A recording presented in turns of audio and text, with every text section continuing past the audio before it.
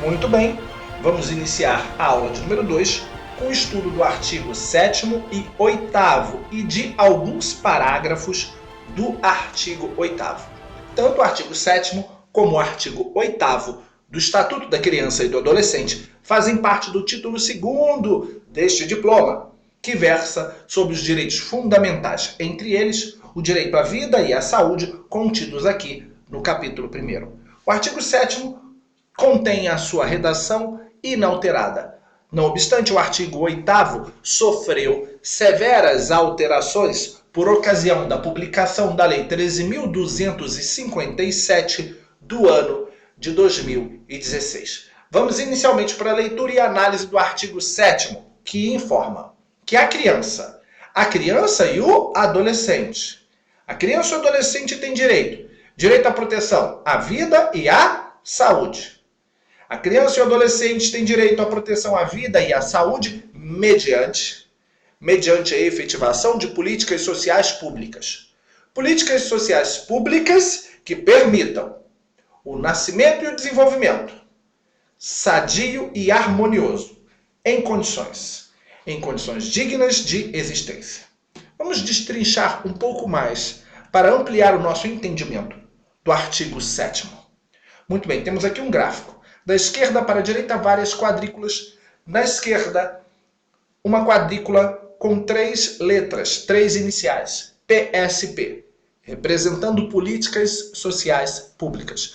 Nós temos políticas sociais públicas direcionadas, isto é, tendo como foco a criança e o adolescente no âmbito local, isto é, municipal, no âmbito regional, isto é, estadual, e no âmbito federal, isto é, da União, do governo federal. E temos políticas sociais públicas que são desenvolvidas em conjunto entre estes entes federados. Destaque-se que quando eu falo em âmbito regional e menciono Estado, equivale ao Estado o Distrito Federal. Muito bem, essas políticas sociais públicas que têm por objeto a criança e o adolescente, elas devem fomentar o nascimento e o desenvolvimento sadio e harmonioso em condições dignas de existência, para que tenhamos aí a base, o sustentáculo para o direito à vida e à saúde. Então, o direito à vida é assegurado mediante políticas sociais públicas que permitam o nascimento sadio e harmonioso em condições dignas. E o direito à saúde é fomentado quando eu tenho políticas sociais públicas que permitam o desenvolvimento saudável e harmonioso também em condições dignas. Então, o direito à vida e à saúde tem como base um conjunto de políticas sociais públicas, tem como alicerce um conjunto de políticas sociais públicas que fomentam o nascimento e fomentam o desenvolvimento em condições dignas de existência. Passando adiante, temos o artigo 8º. O artigo 8º informa que é assegurado a todas as mulheres o acesso aos programas e às políticas de saúde da mulher e de planejamento reprodutivo e às gestantes nutrição adequada, atenção humanizada à gravidez, ao parto e ao puerpério e atendimento pré-natal, perinatal e pós-natal integral no âmbito do SUS. Perceba que eu separei a redação do artigo 8º em 2 blocos, para que eu possa explicá-lo melhor nos 2 gráficos que se seguem. Então vamos trabalhar aqui o primeiro bloco. Essa separação aqui ela é meramente didática, para que você possa entender os gráficos que se seguem. Na leitura do artigo 8º, não há efetivamente nenhuma separação. Então, entendendo a primeira metade do artigo 8º, é assegurado a todas as mulheres, destaca-se, o acesso aos programas e às políticas de saúde da mulher e de planejamento reprodutivo. Então, o centro da ideia são as mulheres. Todas as mulheres. A elas é assegurado o acesso a programas e a políticas de saúde da mulher. Programas esses desenvolvidos também em âmbito local, em âmbito regional, distrital ou âmbito federal. E também é assegurado a todas as mulheres o acesso a programas de planejamento reprodutivo. Isto a todas elas. Perfeito? Entendemos a primeira metade. A segunda metade é assegurado às gestantes. Assegurado o que às gestantes, Hammurabi? A nutrição adequada, a atenção humanizada à gravidez, ao parto e ao puerpério, e o atendimento pré-natal, perinatal e pós-natal integral, no âmbito do Sistema Único de Saúde. Sendo assim, nós temos no centro da ideia a gestante. O primeiro direito a ela assegurado é a nutrição adequada. Então, a gestante carente, que tem insubsistência de recursos alimentares, a ela deve ser prestada uma atenção especial e nutrição adequada. O Sistema Único de Saúde torna-se responsável por complementar a nutrição dessa gestante, visando o bem-estar de seus filhos. Também deve ser assegurado à gestante, através do SUS, uma atenção humanizada no período da gravidez, no período do parto e no período do puerpério, que é aquele período pós-parto onde a gestante sofre uma série de alterações comportamentais em face de uma série de alterações hormonais. E também é assegurado, além da atenção humanizada à gestante pelo SUS, o atendimento pré-natal, o atendimento perinatal, que é aquele que ocorre no momento do parto, e o atendimento pós-natal, equivalente ali ao período do puerpério e bem depois do puerpério. Esse atendimento pós-natal, que é assegurado à gestante, inclui aí um conjunto de visitas ao posto de saúde para ela, para a verificação do bem-estar dela e do bebê, ok? Muito bem, ainda na seara do artigo 8º, vamos ao seu parágrafo 1º, que informa que o atendimento pré-natal será realizado por profissionais da atenção primária. Quando a gente se refere aqui à atenção primária, estamos nos referindo principalmente aos profissionais que atuam nos postos de saúde. Aquele posto de saúde de atenção básica, onde a gestante vai fazer o pré-natal, aonde a gestante leva o seu bebê para vacinar, entre outras coisas. Parágrafo 2º. Os profissionais de saúde de referência da gestante garantirão sua vinculação no último trimestre da gestação ao estabelecimento em que será realizado o parto, garantido o direito de opção da mulher. Quem são esses profissionais de saúde de referência da gestante, Hammurabi? São aqueles com qual ela realizou o seu período pré-natal. Esses devem, no período do último trimestre da gestação da gestante, vincular ela ao hospital no qual ela quer ter o bebê. E também vincular, se possível, aos profissionais com o qual ela quer ter o bebê. Se possível, óbvio. Então, garantirão a vinculação no último trimestre da gestação ao estabelecimento em que será realizado o parto, garantindo o direito de opção da mulher. Parágrafo 3º. Os serviços de saúde, onde o parto for realizado, assegurarão às mulheres e aos seus filhos recém-nascidos alta hospitalar responsável e contra-referência na atenção primária, bem como o acesso a outros serviços e a grupos de apoio à amamentação. Muito bem, vamos aqui nos prender a alguns termos. O primeiro, a alta hospitalar responsável. Então, a gestante e ao seu bebê, estes só receberão alta do hospital quando não houver mais risco nem para a gestante, nem para o bebê.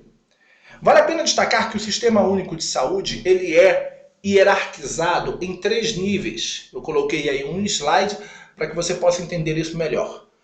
O nível primário, que é o de baixa prioridade, onde nós temos as atenções, as unidades de atenção básica de saúde, que são os postos de saúde. O nível secundário ou médio de prioridade, onde temos hospitais secundários, ambulatórios, de especialidades médicas e outros. E o nível terciário ou de alta complexidade, onde temos aí os hospitais terciários, maternidades, entre outros. A gestante faz o seu pré-natal nas unidades básicas de saúde ou de baixa prioridade, postos de saúde. E essa gestante, com o passar do tempo, quando chegar perto do parto, ela vai sair de um sistema de baixa prioridade ou primário para um de alta ou terciário, porque ela pode vir a ter que passar por uma cirurgia, ou médio ou secundário, se for ter um parto normal numa clínica. Então ela sofre um encaminhamento. Esse encaminhamento do primário para o secundário ou do secundário para o terciário é chamado de referência. E aí lá no terciário, se for um caso de um parto de risco que envolveu uma cirurgia, ou no médio ou secundário, onde ela pode estar em uma clínica, numa maternidade, após ter o parto e ter a alta responsável, ela vai voltar a ser atendida pelo sistema de saúde, sendo que este atendimento agora será nos níveis mais baixos. Do terciário ela passa para o secundário ou primário, ou do secundário ela passa para o primário. Esse encaminhamento para o nível mais baixo de hierarquia no sistema é chamado de contrarreferência. Então, referência, quando ela está saindo do primário para o secundário ou terciário, do posto de saúde para a maternidade ou hospital para fazer o parto.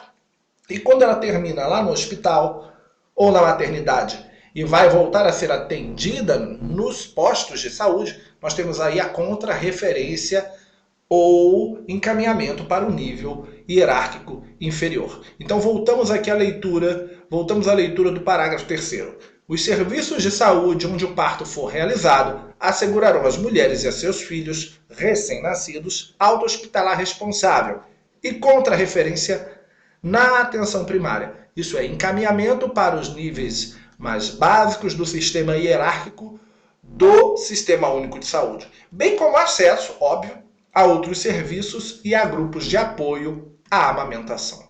Então fica clara aí a ideia do parágrafo 3º, muito bem explicada nos slides. Temos aqui mais um slidezinho que você pode dar uma pausa depois e fazer uma leitura, onde ele explica de maneira escrita o que eu acabei de falar para você verbalmente. Muito bem, vamos para o parágrafo 4º, quase terminando essa aula. Incumbe ao poder público proporcionar assistência psicológica à gestante e à mãe no período pré e pós-natal, inclusive como forma de prevenir ou minorar as consequências do estado puerperal. Então, o período pré-natal, como você pode ver aqui no gráfico, da esquerda para a direita, é a primeira seta. Pré-natal, onde nós temos a gestante, e o período pós-natal, já houve o parto, a mulher já é mãe. Entre um e outro, nós temos o período em que a mulher é parturiente. Isso é o momento do parto. Incumbe ao poder público, no período pré-natal e pós-natal, o quê? Prestar um apoio psicológico à mãe, com destaque nesse apoio ao período pós-natal, que é o período conhecido como puerpério. Nesse período ela precisará mais ainda de apoio psicológico, levando em consideração as alterações de comportamento que ela sofre em virtude das suas alterações hormonais. Hammurabi, no período que ela é parturiente, ela não precisa de apoio psicológico? Bem, o período de parturiência é o período do parto propriamente dito. Por isso ele não menciona. Por quê? Porque é um período muito curto. É o momento do parto propriamente dito. Então aqui não há de se falar em apoio psicológico. Mas a gestante no período pré e no período pós está protegida, está abarcada pelo parágrafo 4º. Veja aí, novamente, o parágrafo 4º incumbe ao poder público proporcionar assistência psicológica à gestante e à mãe no período pré e pós-natal. Isso quer dizer que, se ela precisar, no período que ela for parturiente, de apoio psicológico, ela não vai ter? Não, ela certamente terá. Não obstante, o parágrafo 4º não menciona o período da parturiência. Para fechar nossa aula, temos o parágrafo 5º que estende, que expande esse direito da mãe, da gestante, da parturiente, da mulher que encontra-se no puerpério e pós-puerpério, de ter esse apoio psicológico. Está escrito no parágrafo 5º que a assistência referida no parágrafo 4º deste artigo deverá ser prestada também a gestantes e mães que manifestarem interesse em entregar seus filhos para adoção, bem como, e por razões óbvias, a gestantes e mães que se encontrem em situação de privação de liberdade. Isto é, toda mãe, Toda mulher que está gestante, quer esteja em liberdade ou em restrição de liberdade, quer queira continuar com seu filho ou entregar seu filho para adoção, ela tem direito, por parte do poder público, à assistência psicológica por parte do poder público, como destaca o parágrafo 4º, a assistência psicológica no período que ela é gestante e no período que ela é mãe, mesmo que ela queira entregar seu filho para adoção, e também no caso das mães que encontram-se cumprindo uma medida privativa de liberdade. Terminamos aqui a nossa aula de número 2. Na nossa próxima aula, na aula de número 3, vamos dar continuidade ao estudo do artigo 8º. Estaremos falando do seu parágrafo 6º. Um grande abraço, fique com Deus e até o nosso próximo encontro.